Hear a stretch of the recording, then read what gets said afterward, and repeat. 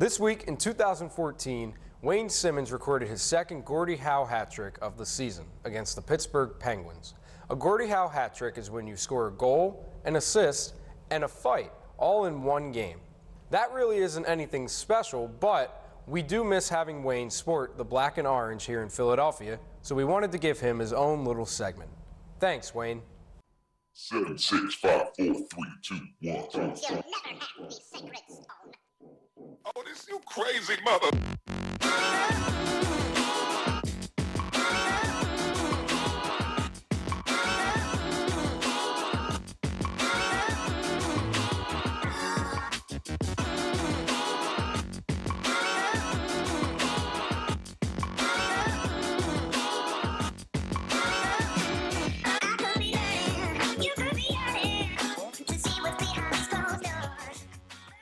Hello and welcome to another edition of Sports Talk Philadelphia here on LaSalle TV. I'm your host Josh Abrams. Today we're going to be talking about the Sixers as they struggle to get through the rest of this season. And then when we come back, we're going to talk about the Flyers as they keep afloat in the playoff race, not just for the wild card spot, but potentially for the division.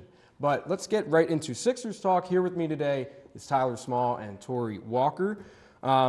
I'd like to think that the mood around the Sixers is starting to slowly but surely plummet. And it's not just the way that they play. It's not the way that they're coached or managed. It's now the injury bug has finally found its way to Philadelphia. Ben Simmons suffers a nerve impingement in his back on Saturday at Milwaukee. 5 days later, Joel Embiid suffers a potential torn labrum, and it all depends on the MRI results. But with those two ginormous injuries, no matter how big or small the injuries are, how does this make you guys feel about the Sixers going forward for at least the short term? Well, I think first and foremost, it's really a hold your breath kind of scenario because Simmons is a guaranteed 2 weeks at least, like you said, but an injury like that could really linger for a month, month and a half, or even an entire season really to always be with him. So he's never going to be 100% for the rest of the season, potentially. And Embiid the same way. I think that as soon as you get those results back, I think best case scenario, he's at a couple of weeks. And just knowing that, because who knows how the severity of that shoulder, I mean, he instantly went down holding it. So that's a huge loss, but just, I mean, Embiid averaging 23.3 a game, Simmons 16.7. I'm not a math guy, but that's 40 points a game. And you have three other guys out there. You have what was supposed to be the best starting five in basketball. Now it's time for some of those other guys to step it up, like Tobias Harris. He's getting $180 million a year. I think he should be able to be the leading scorer on this team, the leading offensive threat on the starting five. Yeah, I completely agree with you. It's depressing. Our two best players out for a number amount of games. I don't know, but when you see two injuries like that, it just you hold your breath, just like you said. But we'll see what happens. It's getting to that point where it's getting closer to the end of the season. So, I mean, next man up, in my opinion. Yeah, right. Yeah, well, I'm glad you alluded to Tobias. And really, you didn't say him, but Al Horford. I don't know what's been going on with him. But Tori did mention we're at the point now where if we know that we're not going to have Joel Embiid and Ben Simmons on the floor at the same time, that there's still $250 million worth of two players that are still on the team, still healthy, still able to play, and those guys combined for probably a minus 15 last night in the Cavs game. I mean, it's just ridiculous that we can't. We pay these guys starter money. One of them's a starter. Both of them were starters at one point, but I mean those two specifically, I'm looking at right now, and you guys have to be looking at as well. Yeah, I mean, you could make an argument for both sides, I would like to say, because Horford, for one, has really struggled not being the center, and everyone knew that. He was going to be the power forward coming into this. He really did not equate to it because he's just not as athletic anymore. He's not as young anymore in those legs, and now that he actually has the chance to be that center and to be that crafty veteran that could be a defensive presence, not to say Embiid wasn't, but that's what Horford's known for his defense more than Embiid was. So being able to be there on the defensive end will be huge, and just putting up some scoring numbers now that he has a higher revenue of actual touches in the game.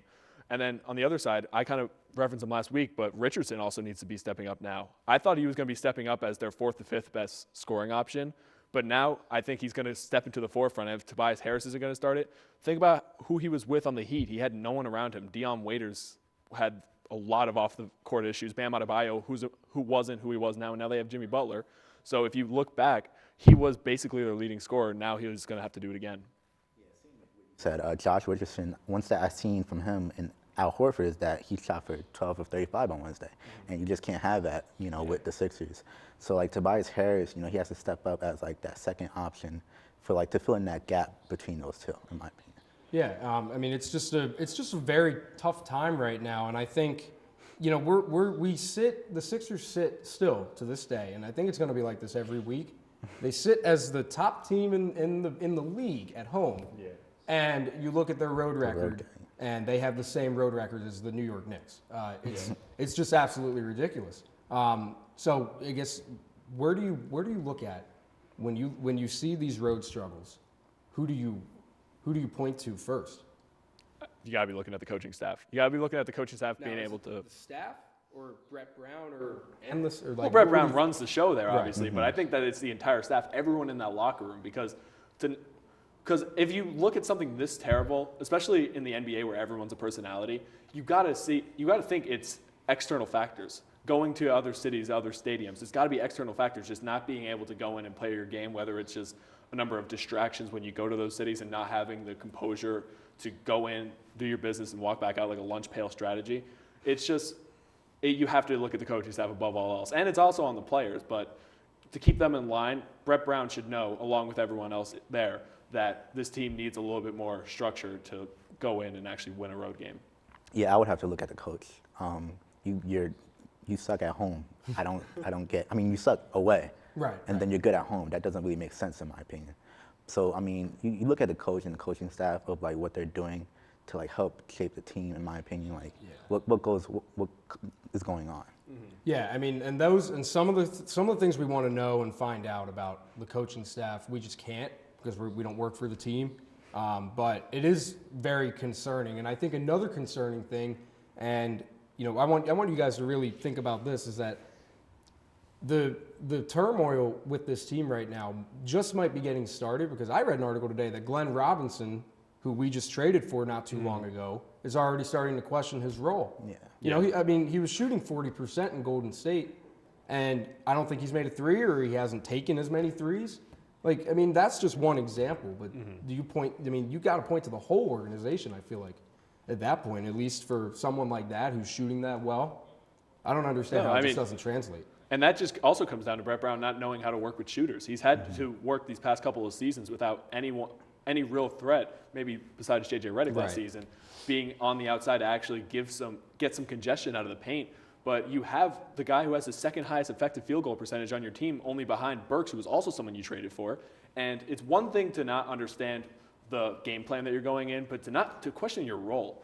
I think it was clear as day what his role is coming into this. Just stand outside and catch and shoot. That's all he has to do, as opposed to on the Warriors where you could really do whatever you wanted because they're not playing to win right now. Right. So unless that's what he has there, if he's questioning his role, I think that's kind of on him. But if he's questioning the actual game plan, I think that's a different conversation. Yeah, I think one thing with the Sixers is that they don't have a leader, and they don't have someone to go to, to tell them yo, step it up. Yeah. So once they get that leader, it's going to be, good for them. Right, and it's a shame that Embiid and Simmons don't fall under that category yet because they're not old enough, and they're not, like Embiid. I guess you could consider a veteran. No, actually they're not veterans. They've been in the league for only 2 or 3 years, so there's absolutely no way. But at the same time, it shouldn't come down to age because this really is an overall young team, and Horford especially is a guy that it's tough for him. Even though his age and he has that veteran presence, it's tough for a veteran to come in his first season and become the leader of the team. That is Embiid or Simmons. Yeah. And honestly, if you are going to play this game of free agency that every NBA fan does and say that you're going to back one or the other this season, if you step up and become that leader, if you're Ben Simmons, who's probably the one that more people want out, if you had to pick between one or the other, if you want to stay, become that leader, become someone that the locker room can't live without. And a great time to do it is when you're on the bench for 2.5 weeks. There's nothing else you could do. Sure. Well, let's look at the upcoming schedule real quick because we're going out west. Oh man, we're staying out west. Oh yeah. With the way things have played out this season, you would think that you're looking at an 0-3 road trip, an 0-3 California slate there. But sometimes it's just we beat the Clippers at home, and I think the Clippers are the best team in basketball, but. they're also playing the Lakers, who I guess those are Or the those only are- one that Exactly. could have an argument for like that. like that's the Western Conference Finals preview, in my opinion. Of course. Do you think we can steal a game in the Staples Center one of those nights? Not a chance. Not a chance. Not really. I mean, Especially if Embiid and Simmons are out. no, of course. And just even with Embiid and Simmons and just their struggles on the road, I can't even put them past the Kings because they have I've been saying this before, they have a quiet little young group there that has a lot more locker room than you think. I mean, De'Aaron Fox is electric to watch. Buddy Hield just won the three-point contest. He's a walking bucket. There's a lot of guys out there that will be able to overstep the Sixers, especially on the road. Yeah, no, I'm not confident at all. But I'll hope for a miracle. You know, if they could get those 2 games, that'd be nice for real. Yeah, I mean, what a shame that we've come to this point where winning a game on the road is a miracle. Right? Exactly. Like it really baffles me. I mean, how long do you guys think Embiid's going to be out for? Because we still don't really know anything about his situation. We know he got an MRI this morning, but MRI results, I don't know. I've never torn my labrum, so I mean, not that you guys have, but how long do you guys think he's sidelined for? I think it depends the severity of it. I mean, just looking at the reactions from the bench last night, because that's all we really have to base it off of. He immediately was holding it, immediately held down, and the bench had like a negative reaction. So I just assumes that it was dislocated at least. So we'll see how badly it was. Yeah. All right, well, that's going to do it for Sixers talk. I don't know what we can hope for them, just to win games, I guess. But we're going to take a quick commercial break and come back and talk Flyers, so stay tuned.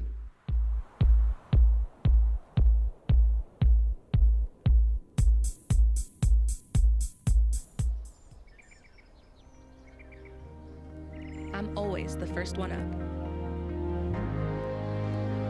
I'm always up for a challenge. I'll overcome any obstacle. I don't believe in limits. I refuse to be average.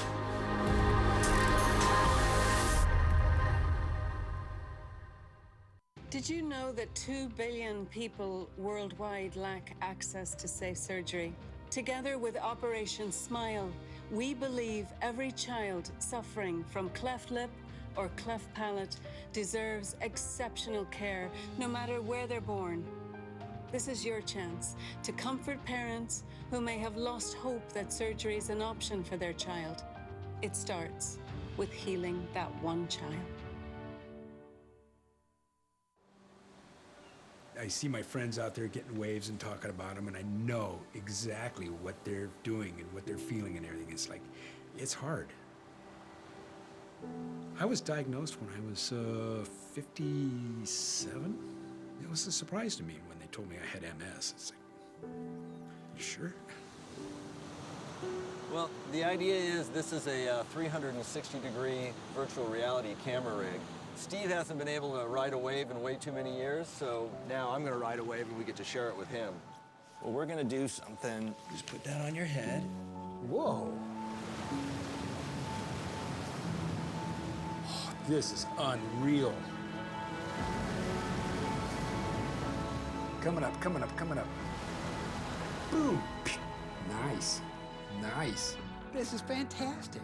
Yeah, let me set it up and you get into Set the it up. ride. Let's do that again.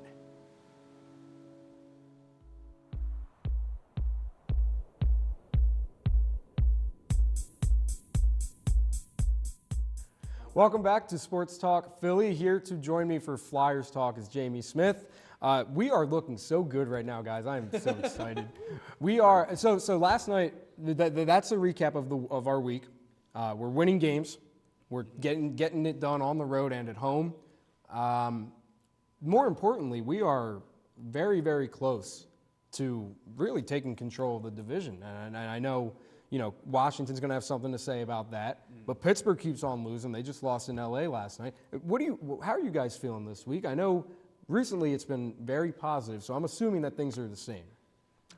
I think it's huge. I mean, we talked about it last week that hosting the Blue Jackets in what felt like a playoff atmosphere kind of game gave them a huge leg up in the Metropolitan, and then they go back on the road and beat them, which little side note, the Blue Jackets have been in 13 overtime games, and they've lost all of them, which is actually was really astounding to watch. But like just the Flyers being able to win back-to-backs, I think is huge come in playoff time. But yeah, I think it was a huge week. I think that it was really big to show a couple steps up, and what's starting to become more of a playoff-like atmosphere. It's just going to be huge for the Flyers on the road and at home. Yeah, I agree. I mean, I think the past couple seasons has been a lot of like experimenting for the Flyers, like a lot of trading and like bringing guys up and sending them back down. And I feel like this season, especially, we have gotten like our team, and I think now it's really like kind of just we have to keep it going for the rest of the season and move on to playoffs. And I think a big part of that is the signing of Kevin Hayes. He has just been absolutely spectacular. You know, you don't really need any statistics really to point it out. If you've been watching these Flyers games, you know for a fact that Kevin Hayes is really one of the main reasons why we are so successful. I mean, that signing in the offseason was so big. Huge. So huge. I mean, Tyler, talk about what the impact he's had just overall on the team. I mean, he has been our Lord and Savior on offense, almost. Again, I feel like I say the same thing every single time I'm on this desk, but Hayes has just been huge because, yeah, you look at the points. He has some of the top points for a center, which you don't really see a lot of the goal and assist numbers like that because he's more of a facilitator. But Right. the one number you do see, now he's bumped his face-off percentage win number up to 50% even. That's third highest in the NHL. So that's huge for Hayes, just being able to get the puck back half the time. It's coin flip for him whenever Right. they're dropping the puck at center ice. And I think that Hayes has been one of the biggest factors. Even though the points might not reflect it, he's just been a huge gamer. I mean, and I think him winning all those faceoffs is very, very reflective of the Flyers being the best faceoff winning team in hockey. Exactly. Yeah, I agree. I mean, I feel like Hayes kind of just came out of nowhere this season, and he just kind of is really putting up the numbers for the Flyers. Like, I feel like in the beginning of the season, you weren't really hearing a lot about him, and I feel like lately now you've just been hearing so much about him, and like the numbers he's been putting up is just fantastic. Yeah. I think something that seems very foreign to the Flyers is the starts that they're getting out to. I mean, you know, we're so used to seeing some. I mean, I guess it's really hit or miss, but I'd like to think that the Flyers tend to get off to slow starts, and then they're always, or not always necessarily, but they seem to be clawing back a lot more than normal. But that's not the case this year. They're spectacular, really, in all facets. Do you guys see any holes or any flaws within this team now? I mean, I would just say like the biggest flaw the Flyers had was having slow starts, and I think that we would get down in the beginning, but we were able to come back. And I think that if we can just figure out how to come out strong in the beginning, and don't get me wrong, we've had great starts to the beginning of our games, but I just think lately we've been able to score first, and I feel like if we keep going with that, like we can start winning them more. But I feel like if we're down in the beginning, like that's just what's killing us the most. Yeah, no, but that statistic you brought up was huge. I mean, 15 wins, one leading after the first, and then 14 if you're tied in the first intermission. Like, just going into the rest of the game, it changes your entire game plan because, as I've said, this kind of went back to when Hart was hurt and Elliott stepped in and they were trying to give him more of a break, especially back with the defenseman. Just the puck control of that went up 7 minutes per game once Hart got injured. So just being able to keep it in your offensive ground, you can't do that. You can't stay patient in the offensive zone of the ice if you're down. You have to start getting more shots on goal. You got to start getting rebounds. So being able to have all five of your guys controlling the puck for minutes at a time and then having it cleared out as opposed to a back and forth fast break game, which Flyers do kind of struggle with. They're not really great off the break. I think it's been huge. Yeah, and I mean, the one thing that I've noticed about the Flyers is that they love to, especially when they're in their offensive zone, they love to play along the boards, and that's really how they've been able to set up a lot of offensive possessions or opportunities at the net. I think the fact that they've been able to play more smoothly coming in on the side instead of just attacking head on, I think that's been a huge factor. No, it's safe because they know that they aren't the quickest team in hockey. So keeping the puck out of the middle of the ice is monumental. I'm glad you brought that up. So let's talk about the moves that the Flyers made. Now they're not blockbuster by any means, but I think it was really more so just to get more bodies on the squad. You see that we gave up a player, but we gave up 2 picks in return for Nate Thompson and Derek Grant. Their stats are not eye-popping by any means. No. The bottom line is that these guys these aren't first, second line guys that are going to change the team because the team offensively especially doesn't need to be fixed. Mm-hmm. Do these moves bring any sort of significance to you guys? A little. I think that it was kind of rough because I was kind of shocked by this, that Farabee was the one that they sent down. One of the 2 that they sent back to Lehigh was Farabee, and I thought that he was having a pretty nice year, a pretty nice first year. So the only thing that I could see that kind of negatively coming up as is just going against. But at the same time, it's business. It's something that that's what being a floater is, kind of being a fourth line guy, because they're both going to be inserted in that third and fourth line, like you said. And Faraby's what, 19, 20, yes, right? Yeah, he's young. He still has plenty of time, but he was having a nice season. He's definitely not done. He'll come back yet, but just, you're right, having professional bodies with more experience is huge come the later months of the regular season going into the postseason. So I think it's all it was just to get a little bit more depth on the bench. Yeah, I would just say if it's not broke, don't fix it. But I just feel like bringing these guys up, we just got to easily transition them into the team and like how we play. And if we can just give them that experience. I mean, the first game that I think that they were on the team with, like we won. I don't know what the score was, but it was like a good win. And I think that's like a great introduction to having them on the team. Yeah, it certainly lets them know, or gives them a more positive vibe, for lack of a better term, that they're on a winning team. They're on a team that's serious. Looking at the Metro standings real quick, like I said at the beginning of the segment, we're only a point behind Pittsburgh because they just continue to lose games in regulation. It may be tough to catch Washington, but 5 points isn't it's 3 games worth, or it depends on how the results play out. But do you guys feel confident in the Flyers ultimately being at the top at the end of the year? I think it's huge. I mean, they really are going to make a great push to try and end on the top of the Metropolitan at the end, but I'm still going to stay a little pessimistic at the same time, because if you look at those standings, how close they are, they're all separated by a couple of points. So again, they're a bad week away from being right back down on the cusp of a first or second wild card.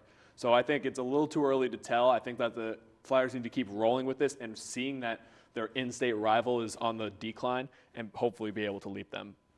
Yeah, I agree. I mean, again, it does take a bad week for the Flyers to really put them down, but I feel like we've really lately been able to close that deficit, because we were trailing behind like 15, 20 points, and now it's like within a 5-point gap, and I think that's huge. Like, I think that with the Capitals, it's a hit or miss with them. Like, we can do really good against them, or we can play down to our old level and lose against them, so we just got to see what happens.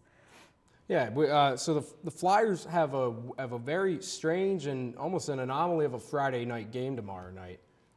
But they're hosting a Rangers squad, and then they go back to them. So the next 2 games are against a feisty New York Rangers team that's fighting for a wild card spot in the East. You guys feel confident that they'll come out with 4 points? I think so. I mean, they've been able to prove it. I think the Blue Jackets are a lot more established than this Rangers team is, even though they've been hot of late. But at the same time, it's, once again, a back-to-back. Whether you like it or not, that's what playoff games are like. So I like it because it gives those young guys another kind of look at winning at home and having to pack your stuff and go beat them on the road as well, especially for another East Coast rival, I would call them. So it's never easy between the Rangers and Flyers. So I think it'll be loud, I think it'll be energetic, and I think the Flyers will take both. Yeah, Rangers-Flyers is always a great matchup. It's always great energy. And, I mean, we beat Columbus back-to-back. If we can just keep that morale up, keep it going, we'll beat them just as, just the same. All right, well, that's going to do it for Flyers Talk this week. We're going to hope that they keep things up. We're going to move on to our Stars of the Month and stay on the Flyers. With that being said, I'll go to you first, Tyler. Yeah, I got to go with the old man, Claude Giroux. I think he's been the best this month. 4-8-12 over with a 2+-. He has 2 power play goals, 3 power play assists, and 1 shorthanded goal. And he has the second most ice time of any of the skaters on this Flyers team this past month, I would say, not the entire season. So he's been out there more. He's been able to facilitate. And, he's been a crafty veteran. And he's been able to be built around with a new coaching staff and been able to facilitate the puck more, and it's just better offense with him on it. Are you surprised that he has the second most ice time? I really was, because the only one he trails is Konechny, which we're going to get to. But, I mean, just for his age and his output, they're trying to work him into, like, second, third line, trying to get him not out of it because he still has plenty to offer, but trying to give your younger guys some more experience in the first or second line against some of the best competition in hockey. And Giroux just keeps staying feisty, staying the leader in and out on the ice as well. Before we go to Jamie, were you one of the guys that was advocating to get him out of Philly? I don't think I was. I mean, Giroux never really showed anything. He's a consistent 50-point season guy. 50-plus, I think, every season except for one since 2014, I believe. Right. So I don't think he ever deserved to be out. He's a huge locker room leader, and he's still producing on the ice. All right. Sticking with the Flyers, we're going to go to Jamie, and her Star of the Month is what I think everybody thinks is the star of the Flyers this season. Yes, Travis Konechny, definitely a given for Star of the Month. I mean, his spot in the All-Star was definitely well-deserved. I feel like his young talent is very contrasting to Claude Giroux because he is a veteran. But I just see Travis Konechny as a future captain, honestly, for the Flyers. I mean, Giroux's the longest standing or longest serving captain in the NHL right now, and he's, his years are numbered. I don't want him by any means to leave, but I just see in the coming years when Giroux has to step down, I think that Konechny will make a great fill-in for all spots of the Flyers. He got the grit, he's got the talent, he's just a very well-rounded player for the Flyers. So do you see him literally taking Claude Giroux' spot? Because he seems to have the skill set offensively to put up the same numbers, but we just haven't seen it yet. Yeah, I think that this season for him is electric, and I just think that it kind of reminds me of the way Claude played when he was first starting out for the Flyers, and it's just if Claude needed to step down, Konechny could definitely step up. All right, well, let's move to my Star of the Month, and believe it or not, I am a hypocrite. I am picking Joel Embiid. Last night, not last night, on Monday night against the Hawks, he had a career-high 49 points. And it's not just that one game that I'm going to praise him over. He has struggled a lot this season with effort, with availability, which is always the best ability, but Joel Embiid is the best player on Philadelphia right now. He is, when he wants to be, he can be the best center in the league. And I think that's really where the bridge comes into play. Joel Embiid is talented. There's a reason why he was the 3rd overall pick in 2014. There's a reason why he's a 2-time All-Star, and he's going to continue to be an All-Star. He is the franchise player. He's the face of the 76ers. It's a shame that there are so many concerns with him with what I just said, his availability and his effort. But when Joel Embiid is the best player on the Sixers, he can be the best player in the league, like he said. It's just a matter of if he wants to do it. That's going to do it for this week's edition of Sports Talk Philly. You can catch us on social media. Find us on Twitter at SportsTalkLTV. Catch us on Facebook at facebook.com/SportsTalkPhilly. And also find our other episodes on LaSalle TV Philly on YouTube, where you can find the other LaSalle TV shows there as well. We hope you guys enjoy your weekend, and we'll see you guys next week.